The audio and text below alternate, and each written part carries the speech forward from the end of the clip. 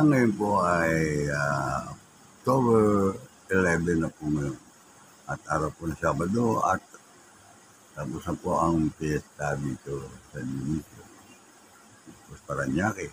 Kaya mga kabida at maraming salamat po sa mga patuloy na sumusuporta sa aking pong Kabida YouTube channel. Ito'y para sa atin lahat. Kaya medyo ang aking pong dalangin, sana po ay makatulong pa po kayo sa akin na madagdagan po ang subscribers na sa ganoon ay para po magkaroon po ng monetize na po. Sana po ma-monetize tayo dito sa ating Kabida YouTube channel. Tagal-tagal ako kung hindi na pag-upload at hindi po nagamit sa cellphone gawa na ako po nagkasakit. Ulit-ulitin po sa inyo yan. Ako po'y pagkakasakit. Yan po at medyo may pagbabago po naman at yun nga po, ako po ay nanalangin sa ating mahal patron. Doon na yung tatausip at alam ko kung hindi na po ako pinababayaan. Marating po talaga kahit kanino po ang pagsubok. Pagkat nandiyan po ang ating Panginoong Jesus na siyang dakilang manggagamot. Ako mga kabida. Ngayon po naman, yun na pong aking apo na si Jillian ay mayroon po silang sa school po, mayroon po silang event. Yung foundation po nila na bali kasayaw po yata yung aking apo. Bali hindi ko na pumakuna ng video at wala po akong makasama at wala po akong mapaglalari siya. Kaya delikado masyado pong delikado at kung sakali po ako mag-isa, parang medyo alanganin pa po ko. Katulad nga po nung tatadun ay ako po yung ball po dito sa bitang harap ng pintuan ng tindahan. Yun po, pasalamat na lang po. Wala naman po kung naramdaman sa akin after that na ako yun natumba.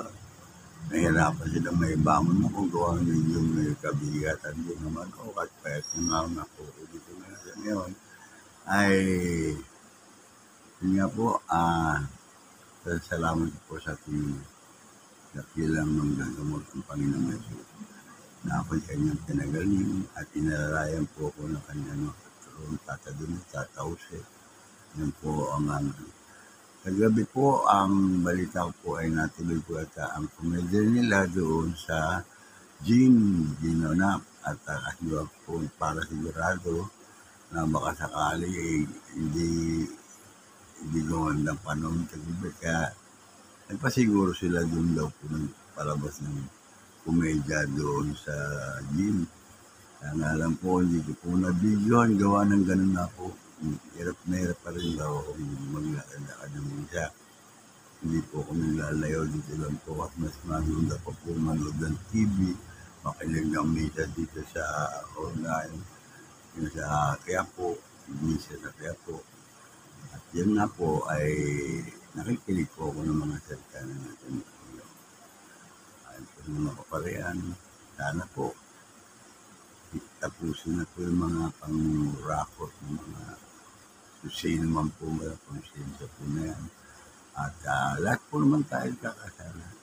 Pero may hindi po nananawa ang ating Panginoong Jesus na magpapatawad sa atin. Kaya sana bago na po tayo kung maaari. Kasi kung ano na po nangyayari sa paligid natin, lalo sa probinsya, yung mga ginagawang minimina nila ang ating supay doon sa battery. Marami po mga member na nagtataka, bakit nabibigyan ng permit yan? Di ba may aarot mapipigilan yan? Kaya nga po mga pinapakasapan po natin, binadalangin na sana pinawala na po ang pura-pura. Yung pang-rakot po na tawag yung mga pagsasamantala sa mga kapot. Pilipino nila. Hindi lang Pilipino, ugali na nila yan eh. Kaya magdasal sila at manalangin na sana mabago pa nila hanggat may pag-asa pang pinagkakalob sa atin ang Panginoon. Siya po'y walang sawang patawad sa atin. Lumapit lang tayo sa Kanya at mangako na hindi na mag-iulitin. Kung ano man po magiging mga talagang pagkakasala natin sa mga nakaraan ay baguhin na po natin at kahit na po paunti-unti, makinig lang tayo ng misa at isa puso po natin, sa isip po natin at ang pagpapatawad po ang gusto po ng ating Panginoong Jesus. Si Mama Mary, ganun din po. Lahat po ng Saint Teresa de Calcutta, si Our Lady of Guadalupe, and sila po ang ating mga papanalangin. San Isidro, San Juan Bautista, yan po, San Martin de Porres, nabuhay sila ng kalugod-lugod dito. Kumbaga, sila po ay paniwalaan natin may bisa, may connection po doon sa aking sinasabi.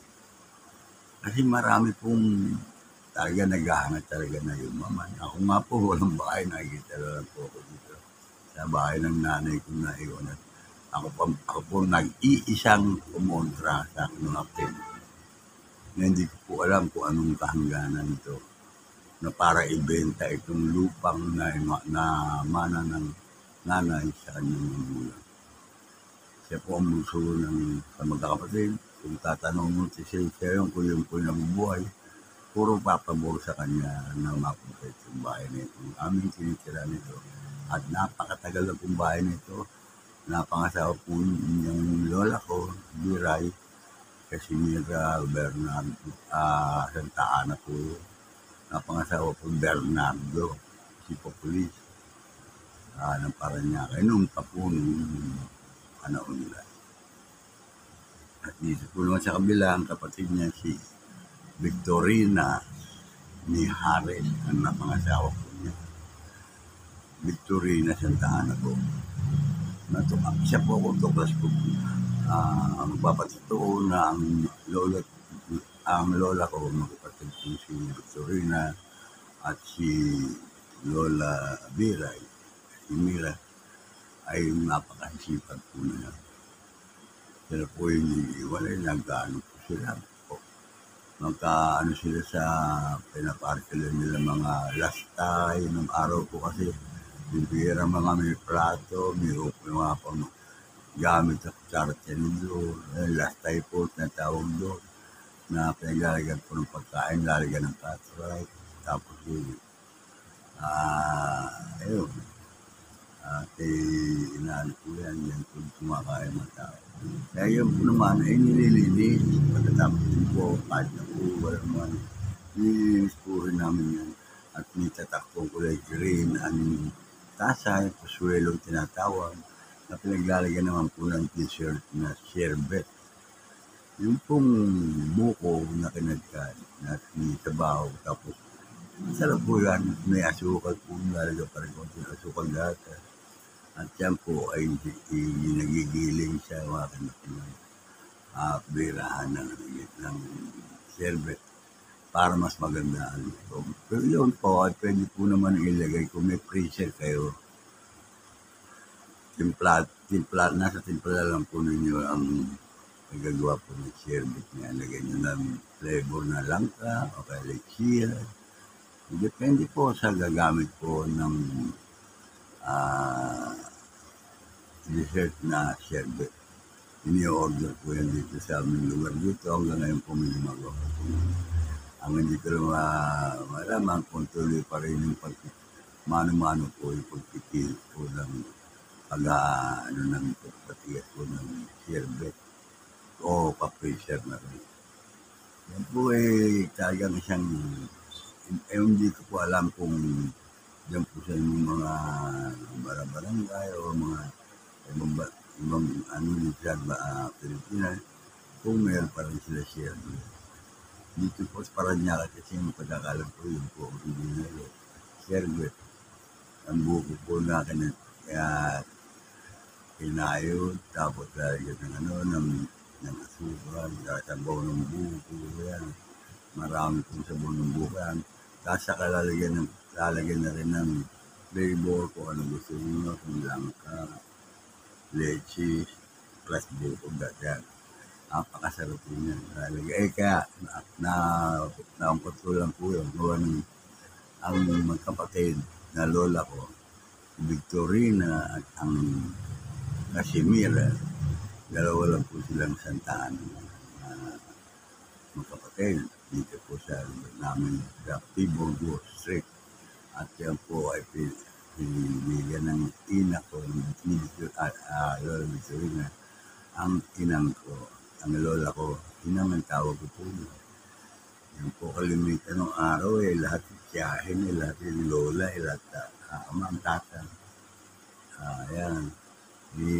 Yung ganyan po hanap buhay ng dalawa. Bukod doon ay may tao pa pang barbershop sa tabi ng garahe ng mga yung pinagtatagawang po ng mga gamit. Tulad po kutsara, tinidor, plato. At ako po nakakatulong doon ng araw. Kami mga apo, tumulong po sa lola ko na paglilinis ka ng paminsan-minsan po kung walang pasok. Yan po ginagawa, pero sa bahay po talaga ang araw pa. Nung ako'y bata pa, medyo wala po akong makulit din po ako nung ako'y kabataan ko. Alam ko po yan, hindi ko dinigyan, hindi ko inaan yan, hindi kakailan. Inami ko na lahat yan po sa Panginoon para ako'y makatawad naman. Kahit nakaperasong panalangin ay mapatawad ako at mabawasan ang aking inigot. Sa mga nakaraan, hindi ko nakapatawaran sa kanila kung ano man ang aming nakaraan. At ngayon nga po, pagkaluban ako ng 3 anak ng babae. At yung 2 po ay wala pa pong masawa. Subalit ng mga buwit na rin po. Yung isa po, nasa Japan. Ay may anak po, 3 po na ako ang naitulog niya sa akin dito. At nasa Japan pa rin siya. Subalit, bahala na po. Kaya panalangin ko na sana mabago ko po nakaranas ng sila ng ginawa. Hindi ito nung ako'y bata-bata pa. At Jack Palo ng Aksiluan, sipa ang inabot ko sa akin mabilang sa tatay ko. Malupit po ang tatay ko mga anak. Pero nauto na siya. Naunawa ko nga nangyayari sa akin. Higit ang ulo ko. Balik na pipigilan ko ang aking galit. Ngayon, mabalik po tayo dito sa yung atag ko yung family day po ba yung mga taga-PS2. Congratulations po sa lahat mga nag-aaral dyan na nagsiselebrate po ngayon araw na ito ng kanilang event yan sa school sa Kabiasnan. Yan pong PS2. Siguro mamaya-maya ay uli na po rin sa mga bata. Yung mga yung dalawa po ko nandun po nag-aaral. Sinamahan ko ng daddy nila doon sa school. Kasi wala po makapagsama sa akin naman. Hindi po naman ako makalabas nga. Wala rin ako mapumilinan para ako ng video, pangatid sa aking video. Hindi na nga rin po nakuna ng kumedya Sigawan ng isang apo ko makulot dito. Mahirap ng pagkatiwala ng cellphone, yun nga po inaasahan ko at na paglilibang-libang ako. Baka ma-abroad pa sa kanya. Sakaling pagkatiwala ko sa kanya siyang kumuha ng video at pagkatapos sa kaya upload para pangatong sunod-sunod sana upload yan dito sa month of October. Balik dito nakuha yung komedya. Ang bali-balita na po ay natuloy po naman daw ang style ng kanilang inalabas ng mukha-mukha. Kaya tapos piyesta po muli kahapon sa mga panatigo po ng ating patron, tatalungin kakausap. Yun po at nakunan po yung posisyon Yan, kasi dito lang po ako sa labas ng Yun nga po, bumagsak nga po ako dito sa harapan ng pintuan eh. Hindi lang po, di ako nahihiyang bumagsak. Yan ay alam ng Panginoon kung anong dapat ko rin. Ang pagtataka ko, ano ba sa pagtataka ko, ba't wala ako sugat? Lalo parang nakaramdam pa ako ng lakas. Siguro kinakailangan mangyari ay bumagsak muna ako bago mawala yung sakit ko. Hindi ko na rin kinapangahas na tinatatarapin ko kung medyo nangangamba rin ako na baka nga mangyari na ito po ay makulit na ako'y bumagsak at masama ang baksak. Kung sakali matamaan sa ulo o gano'n. Ako po naman nakapag-rolling pag mula sa ano eh. Nagagamit ko rin po yung aking alam sa stand na natutulong ko paano ipag-abang sa lupa. Kaya nung araw po kasi sinasama po ko ni Sir Jig at nakakalbat na yung pari po sa Labarbies. John Raden, mega shout out sa inyo sa nabuhay ko po. Rene Matias, yan po. Mega shout out dito pa rin ako sa Paranaque. Kasi wala na si Palesda. Sila Conrad po dati, nagpupunta po sila sa akin. Tambayan nila yung ispat ko ron. Pagkano, iinom kami. Umiinom pa po ako ng araw. Pero binago ko sarili ko at alam kong hindi maganda at baka kung paano madadali ang buhay natin. Nasa pag-iingat din po natin mga kabida ang kahaba ng ating buhay. Nanalangin po natin sa ating mahal na patron, tatadunay tatausin, yan po, at ang ating dakilang manggagamot na si Panginoong Jesus. Tama po ang kanyang ina na si Mama Mary. Ayan po. At ayan pong October ay Rosary yan. Para po sa mga nag-Rosary. Dati po nakasama-sama ako dyan. Minsan po kami ng Rosary ng Mama Mary. Pinag-arasala po namin yan. Kasi ba, yan nga, hindi na rin ako nakapunta doon. Dahil mo nagdadasal po ng sarili at direkta doon po sa ating Panginoon. Ang hindi ka gumawa ng kasalanan, maiwasan mo at nakinig ka sa mga misya, malaking bagay na po na ng ating Panginoon yan. Kaya akan po nagdadalangin na sana po ay magbago na po yung mga nakaposisyon po na nag-aral po kayo, nag-aral ka ng magulang nyo, hindi para mamburao o gamitin yun sa hindi maganda. Kayo po ang inaasahan ng ating mga kababayan na magtatanggol sa ating mga mamamayaan. Balik po kupitin nyo at kakurakutin na tawag na kurakot yan. Yung kupit na ang alam nila sa sarili nila, sila mas katalino at hindi at tarok ng kaisipan ng mga katulad kong hindi ng mga pag-aaral. Subalit, nasa utak ko na po yan, nasa isip ko na po yan. Hindi lang ako, marami nakakaalam sa inyo. Kaya po nakakaingita ng iba dyan, hindi napapartihan, hindi wala, nagkakabukulan, tinatawag. Napatabunan lang po ang mga kaso, patong-patong po. Kawawa naman po yung mga ating kasama niya sa presyo, sa bilibid, na mapakatagal ng mga sentensya. Matanda na, halos pagapang-gapang na rin sa loob ng kulungan. Hindi pa nila palayain. Pauwi nila sa kanilang tahanan, mga kanyang lalo yung edad, mga kasilid ko na rin. Kung 17 na po ako, medyo gumandagal na po ngayon ang aking pakaramdam. Nandiyan tulad po mga nagdang buwan na ako talaga po hindi makatayo. At malabo ang isip ko na hindi ako mapasalita ng ganito ng ginagawa.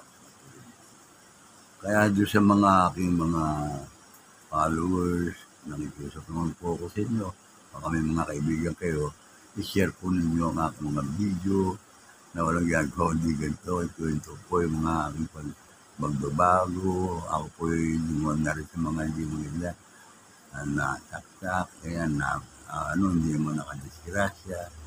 Kumbaga sa ano po, ay pinagdaanan ko yun. Napakahirap para tayong tumatawid sa malakas na agos sa karagatan. Kalawa sa mga tubig ay si San Juan Bautista po maigit. Kasi naging road po yan sa Sinakulo. Juan Bautista. Juan de Baptista po nag-bautismo kay Panginoon Jesus by means of water sa pamagitan po ng tubig na Jordan, sa ilog Jordan. Yan po ang aking paniniwala. May katotohanan po. Kasi kapag ako'y nananalangin at tumutili ako, tumutili ako. Hindi na sabi mo, maiwaga. Kung yung may sila po, may maganda po. Kaya tuloy-tuloy tayo sa ating mga pananalangin. Nasabihin, nabubusog ka ba dyan sa pagdadasal mo na yan? Abay, hindi naman kailangan. Ang busugin mo, ikaw ang preparasyon po para sa ating pagbabalik sa ating Panginoon. Hiram lang po natin ang ating mga buhay. Alam yung kasalanan ng sasama kayo na hindi mo kasasal. Aba, kasalanan po yan. Ayaw po ng Panginoon yan. Lalo yung magbagano kayo, mga kababayan. Hindi mo totoo yung ganyan-ganyan, di ba? Karamihan po. Hindi sila pinagkakalubanan ng anak ko sakali mo sa inyo. Mag-iisip sila. Kasi hindi ba rin yung naisip? Noong panahon na una ay hindi na may ginagawa kayo para hindi kayo nabuntay. Yan ang pagsisingil sa inyo.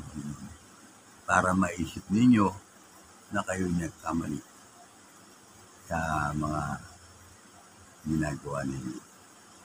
Lahat tayo dumadaan yan. Kasi lalaki at babae nga. Buti nga kanyo at yan po, pilipilit na magkaroon pa makasal. Babae at lalaki. Ay, bakla at lalaki ito. Kapwa lalaki po. Hindi po. Hindi po papayagan ang Panginoon. Kung sisirahin po ninyo ang kalusuan ng Panginoon, nasa kabila kayo panig sa kaliwa. Ang tama ay kanan. Right hand. Right. Kaliwa. Mali. Mistake yan. Diba? Pag nasabihan niya yung mga magkasawa, kumakaliwa ng sawa. Ibig sabihin niya sa magawa na hindi maganda, hindi tama. Ewan ko, correct mo pa. Tama po ninyo kung mali. Pagkat ako'y isang tao lamang po na sumusunod at nakikinig sa mga salita natin. Yan po mga kabinet. At antay ko lang po mga po na galing po sa pagsasayaw. Sayang na po, hindi na po Siyempre, mga bata pinakailangan nila kaso pasensya na po pasensya na po ang hihingi sa ating Panginoon na hindi po na subaybay at kunakunan. At pagbalik, alam ng Panginoon kung gaano ko gusto na makunan sila subalit sila mga kilos na mag-isa. Kaya pasensya na po kayo sa mga kabida. Sana intindihan po na naunawaan po ninyo ang kalagayan. Yung mga sa vloggers natin, mga kaibigan, mga kabila, andyan po yung mga salasores na yan dati. Si Kakapet, si Yan po, si Nanay S.A. Kuko, at saka si Sid. Kaya ano ba kayong mga vloggers sana magbago. At okay naman kayo sakali. Pero yung sinasabi, ayaw ng Panginoon, hindi yan nagawa. Sasabihin na naman nakausap ng ba Panginoon. Hindi po ba agad yung sarili at sasabi? Bakit nakausap ba ang pato natin? kayo ang sumagot ng tinatanong niyo sa akin ngayon. Ito, tanongin ko naman kayo, bakit nung ako bumaksak at ako nasaksak ko, bakit ako delikadong tama ko, bakit ako nakaligtas doon? Oh, ano masasagot sasabi niyo sa akin? Kaya ako paniniwala ko, magpakabuti tayo. Kung ikaw may inagrabyado, sige, bahala ka na sa buhay mo. At alam ko, kayo ang naghahangad ng di maganda. Oh, hindi naman dapat pagtalunan para kung ibebenta itong bahay nito. Sino may-ari? Tanong, gagawin niyo naman peking papeles yan. Wag, para rin kayo mga scammer, mga yung mga contractor na garantisabo. Puno-una mo na bulsa bago yung project. Kaya ayun, wala pa siyang taong gumiba. Andun, marami pa ng kamatay. O kaya ngayon, kung di pa ninyo nararamdaman yun, hindi ba ninyo nararamdaman ang paglindol? O, pagbaha? O, hindi ba ninyo nararamdaman yan? Buti kung kayo lang ay nakakadamay pa kayo, mga gumagawa ng ganyan. Yung ba, may kaso na nga, nakakabalik pa eh. Nag-uusapan lang po yan. Yan ang aking opinion. May magagawa ba kayo? O di, ganun ba na? Panginoon lang basta ang aking sanda. Nananalangin po sa kanya. At sa ating mga malapito. Eh, yun naman po ay nasabi ko lang po sa inyo. Hindi ako perfecto. Hindi ako perfecto. Wala pong perfectong tao. Ibang buong mundo. Kundi ang naabutan ko lang po ng mga paniniwala na yan. Ang dapat ito para sa akin paniniwala. Wala eh. Maging barangay captain ka malang sa barangay niyo. Bago mo sabihin ng isang tao, hindi karapat dapat mamuno. Lahat may karapatang tumakbo sa eleksyon. Lahat naghahangad ng power. Gawa yun po mga tao niyo. Ay gusto rin magkaroon ng yaman. Yan ang number one na dahilan dyan. At totoo yan. Yan, lumalabas na eh. Pag-uusapan gano'n ng nakasambot ng mga ganyan. Bago na, nabulungan na siya, naniwala. Kaya nga, magdasal kayo, huwag sana kayo magdala sa salita ng iba. Kasi mapagsamantala yung mga tao na yan. Atake, gano'n, bubulong. Hanggang sa ikaw ay makasamata. Hindi lang sa mga tao, kundi sa mata ng ating Panginoon. Ang dakilang maganda. Ang sabihin ng iba, bakit? Bakit nangyayari yan? Hindi niya mapigilan ng paglilindol niya.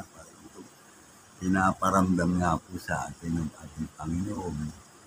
Kung may pakiramdam ka, wala naman. Dito na yata kayo. Yung sasabi ko, ay tanggapin ko na sa inyo. Pag marami ng pera ang tao, hindi wala nang alam pagkalagyan niya, ang hinahangad niyan ay power. Para hindi maagot sa kanya. Yung pagtakbo ng pag-election niya, power yan eh. Lakas. Lalo. Meron gumagawa ng kabutihan, pakukulong yun. Hanggang ngayon, kawawa mga nakakagawa ng pagkakasalang pinong-pino lang yun. Bugay ko kumpara nyo sa mga mangurakot na yan na napakarami kong nagdadamay. Yan po sa mga maging probinsya, tingnan nyo naman. Mag-enjoy na lang po tayo. Kung manalangin tayo, maging maganda, pakita sa atin yung magandang kalikasan para paraiso dito sa lupa. Habang tayo nabubuhay, may pag-asa at hindi tayo pababayaan ang dakilang manggagamit na ating Panginoon Jesus. po tayo ay nakikinig sa Kanya. Walang yung ang magulang, susuwagin lang ng mga anak. Wala ka nang magagawa. Kumbaga sa ganyan na ang mga attitude ng mga bata. Karamihan, hindi lahat. Hindi lahat. Hindi po lahat ang tesa. Karamihan po ay ganun po. Yan po ay nangyayari sa atin. Para maramdaman nyo. Kaparusahan niya. Kaparusahan niya yan. Di ba ba nyo na lindol? Ang ganda ng parang bigay lindol, bigla. Mag-aano sa man yung pag-asa dati mga ganyan. Bakit hindi po natutuloy ako na? Tapos biglang mawala yung anunsyo. Biglang uulan ng mga ganyan. Magbabagyo, maglilindol. Saka lang sila tututok dyan. Pag na iba dyan. Sabi na gano'n yun. Marurunong kayo. Wala naman tatanggap taong bobo. Hindi, bahala na po Panginoon sa akin. Ako po ay biktima ng injustice. Nasabi ko po yan sa inyo. Buwan ng samang tayo ay naroon. Lagi nakasubaybay sa atin. Ganito lang po muna mga kabida. Tantay-tay ko lang po nga na po. Hindi ko alam kung anong oras po babalik dito. Mga po naman lang picture man lang. O may look ko dito sa video nito. Bagamat wala po yung SEO nila, hindi ko makukunan nila. Yung kwentuhan, ano nangyari, ganyan. Bilang apo namin, ako lolo, nag-aalala rin siyempre tayo sa ating hiningin blessing sa ating Panginoon ang magkaroon ako ng pamilya. Hindi ko mo pamilya ganun-ganon. Siyempre, ang ibig sabihin siya ang pinagkalog sa akin para makaanak. At yung pinakasalang ko yung 2 beses. So, masama pa po ba? Wala na ako, hindi po kumiinom ng alak. Mayroon dami ang singgang alak. Hindi ako umiinom ng kahit na isang boteng beer. Hindi na po. Siguro, hindi ko masasabi, pinapak ako na. Hindi na ako iinom. Kung ano nga, yan. Ang inaano ko,